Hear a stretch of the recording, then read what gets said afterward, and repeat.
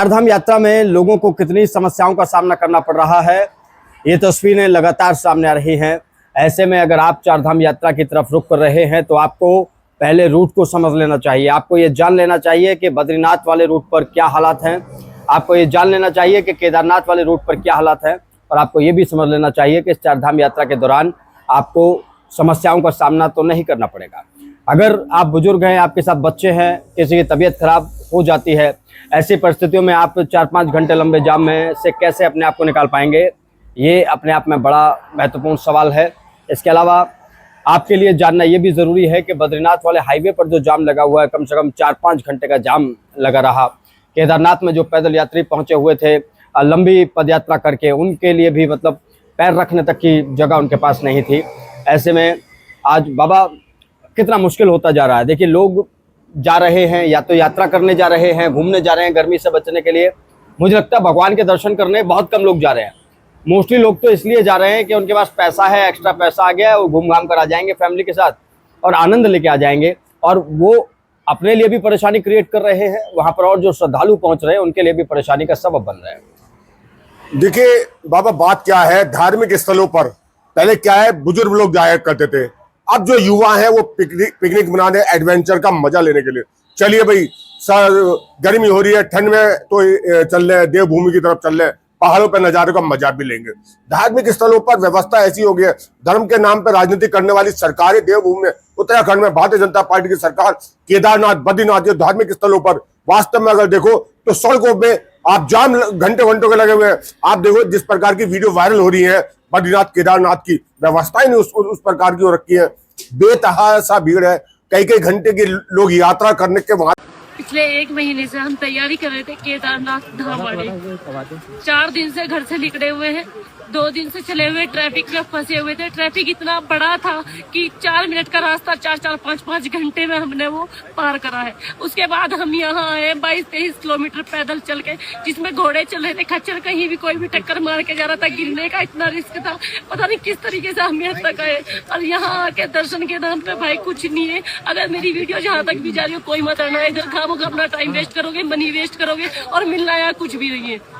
दर्शन भी नहीं होने के भाई ढंग से, यहाँ नहीं हो रहा कुछ भी। सिर्फ क्या हो रहा है, यहाँ पैसे दो, वीआईपी दर्शन करो, या फिर आप हेलीकॉप्टर से यात्रा करो, उसके बाद दर्शन करो। अगर आप पैदल यात्रा करके आ रहे हो तो दर्शन की उम्मीद से मत आना। तक पहुंचते हैं लेकिन वहां तक उन्हें दर्शन भी नहीं हो पा रहे। बड़ा संकट इस समय है। धार्मिक स्थलों पे जाओ तो बड़े सोच समझ के जाओ। नकुल भाई, दोस्तों, एक ऑल वेदर रोड बनाई गई उत्तराखंड में। कहा गया कि ऑल वेदर रोड चारधाम यात्रा को सुगम बनाने में बेहद कारगर साबित होगी, लेकिन इस वक्त ये ऑल वेदर रोड भी अपना काम ढंग से नहीं कर पा रही है।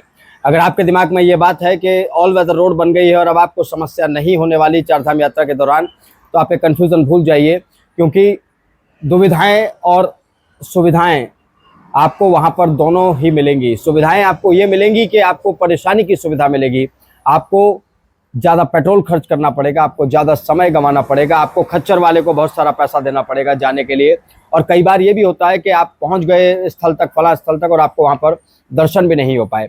बाबा, एक चीज़ सबसे बड़ी हुई है, धर्म जब तक ठीक था, धार्मिक स्थल जब तक ठीक थे, जब तक वहाँ पर श्रद्धालु आया करते थे, लेकिन धर्म और धार्मिक स्थल दोनों को चोट पहुंची है जब से वहाँ पर पर्यटक पहुँचने लगे हैं।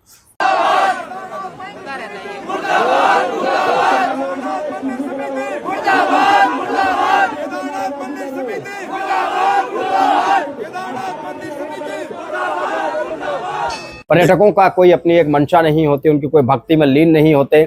उनकी एक अकेली एक मंशा होती है, खाना पीना है, घूमना फिरना है, मौज मस्ती करनी है, और इसके बाद अपना पहाड़ों में घूम घाम के अपने घर पहुंच जाना है। बाबा, ये जो धर्म धंधा बन चुका है, इस धंधे की चपेट में आज सारा देश है। ऐसे में कैसे इससे बचा जाएगा? देखिए, सरकार की प्राथमिकता आज अगर देखो तो धार्मिक स्थलों को धंधा बना दिया।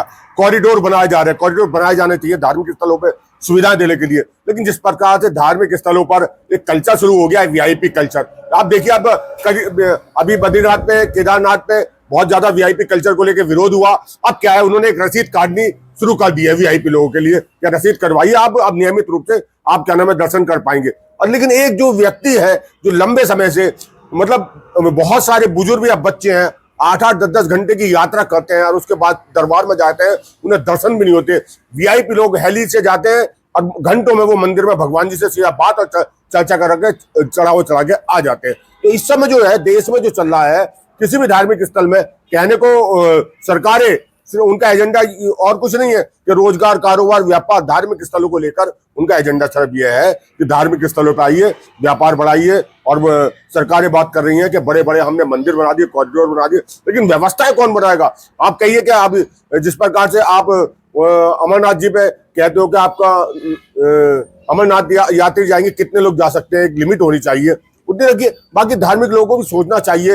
एक भेड़ चाल सी हो गई है। अरे भाई, अगर वास्तव में पूजा और प्रार्थना करती हैं तो उस जगह जाइए, उस तीर्थ पे जाइए जहाँ भीड़ कम हो, वहां प्रभु से सीधी सीधी बात हो सकती है। लेकिन आप अब इस समय लोगों ने एक भेड़ चाल बना ली है, बस ये चल रहे, वो जा रहा है तो मैं भी जा रहा हूँ, वो जा रही है तो मैं भी जा रही हूँ। ये धंधा बना, लोगों ने भी एक वो बना लिया है।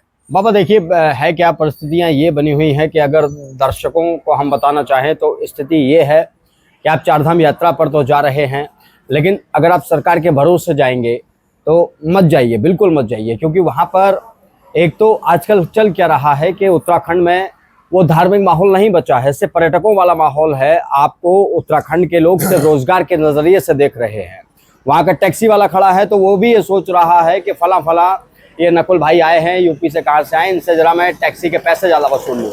वहाँ एक शिकंजी पिलाने वाला खड़ा हुआ है, वो 10-20 रुपए की शिकंजी बेचकर भी बढ़िया कमा लेगा, लेकिन वो 80 और 100 रुपए की शिकंजी दे रहा है ताकि उसे पता है कि भैया बाहर से आए ना, मजबूरी में पीना तो पड़ेगा ही पड़ेगा।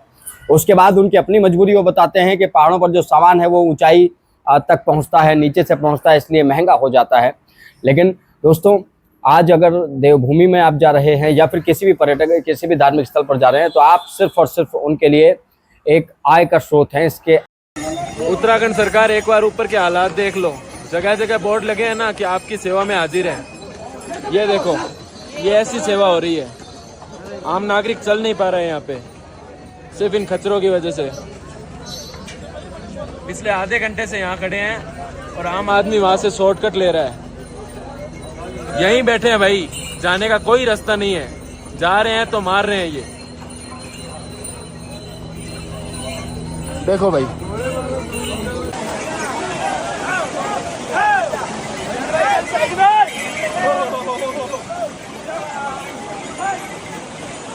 आम श्रद्धालुओं को ऐसे परेशान किया जा रहा है, डराया जा रहा है पीछे से। बहुत हालत खराब है भाई।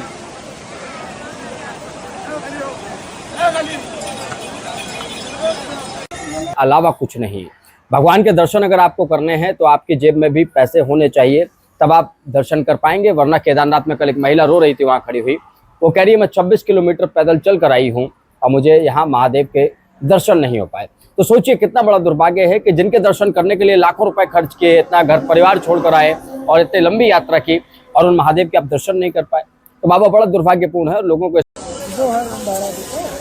इतनी जाम लगी हुई है दोनों तरफ से, ना इधर से जाने को रास्ता ना उधर से आने का रास्ता। पुलिस प्रशासन एक भी नहीं है इसमें। केदारनाथ में अगर यहाँ कुछ अगर हो जाए तो कोई सवाल ही नहीं करना। बताओ, कम से कम 2 घंटे से सब लोग फंसे हैं। ना उधर से कोई आ पा रहा, ना इधर से आ जा, केवल घोड़े आ जा रहे हैं बस यहाँ के। तो बाबा बड़ा दुर्भाग्यपूर्ण है। लोगों को इस पर अब सोचना चाहिए। ये सच्चाई है। ना तो सरकार कोई कमांड कर पा रही, जिस प्रकार से आपने कहा कि जो चीजों के दाम है वो अनाप शनाप, सरकार का कोई नियम नहीं है, नियंत्रण नहीं है। वो सिर्फ उनमें भाव नहीं है, भावना नहीं है। उनके लिए तो आप कस्टमर हो, ग्राहक हो और एक बकरा हो। कैसा काटना जैसा है उस प्रकार से आपको होटल में, आपको टैक्सी में, आपको खाने पीने की चीजें अनाप शनाप रेटों को आपको भुगतान करना पड़ेगा। सरकार का कोई कमांड नहीं है। दूसरी तरफ सरकार को कोई व्यवस्था नहीं है, वह डॉक्टर की, चिकित्सा की, सुरक्षा की भी अगर बात करो तो पुलिस की एक लिमिटेशन होती है सुरक्षा के लिए। तो जब अतः बिगड़ा जाए तो पुलिस क्या कर पाएगी? पुलिस की मजबूरी हो जाती है। लेकिन मंदिर समिति की तरफ से, सरकार की तरफ से धार्मिक स्थलों पर कोई अतिरिक्त व्यवस्था नहीं की जाती। जिस प्रकार से श्रद्धालुओं को बुलाने के लिए, जिस प्रकार से मुख्यमंत्री जो है धामी जी बड़ी बड़ी अखबारों में, समाचार पत्रों में विज्ञापन दे दे के ये चारधाम यात्रा के लिए आपको आमंत्रित कर रहे हैं, लेकिन सुविधाएं राम भरोसे है, सुविधा कुछ नहीं मिलेगी। अब अपने भरोसे आइए और अपने भरोसे जाइए बस। बिल्कुल दोस्तों, अगर आप भी चारधाम यात्रा जाने का प्लान कर रहे हैं तो ध्यान रखिए, रास्ते में आपको व्यवस्थाएं नहीं अव्यवस्थाएं मिलेंगी, इसलिए बड़े ध्यान से आप पहुंचिए। कोई बुजुर्ग आपके साथ, कोई बच्चा आपके साथ हो तो बड़ा ध्यान रखिए कि आपको कहां तक जाना है और कहां तक नहीं जाना है, वरना आप परेशानी में पड़ सकते हैं। फिलहाल हम आगे बढ़ रहे हैं और देखते हैं देवभूमि में और कहाँ क्या हालात है, वहाँ के हालात भी हम आप तक पहुँचाएंगे। फिलहाल आप अगर चारधाम यात्रा पर जा रहे हैं तो बिल्कुल सतर्क होकर जाइए। क्यों बाबा?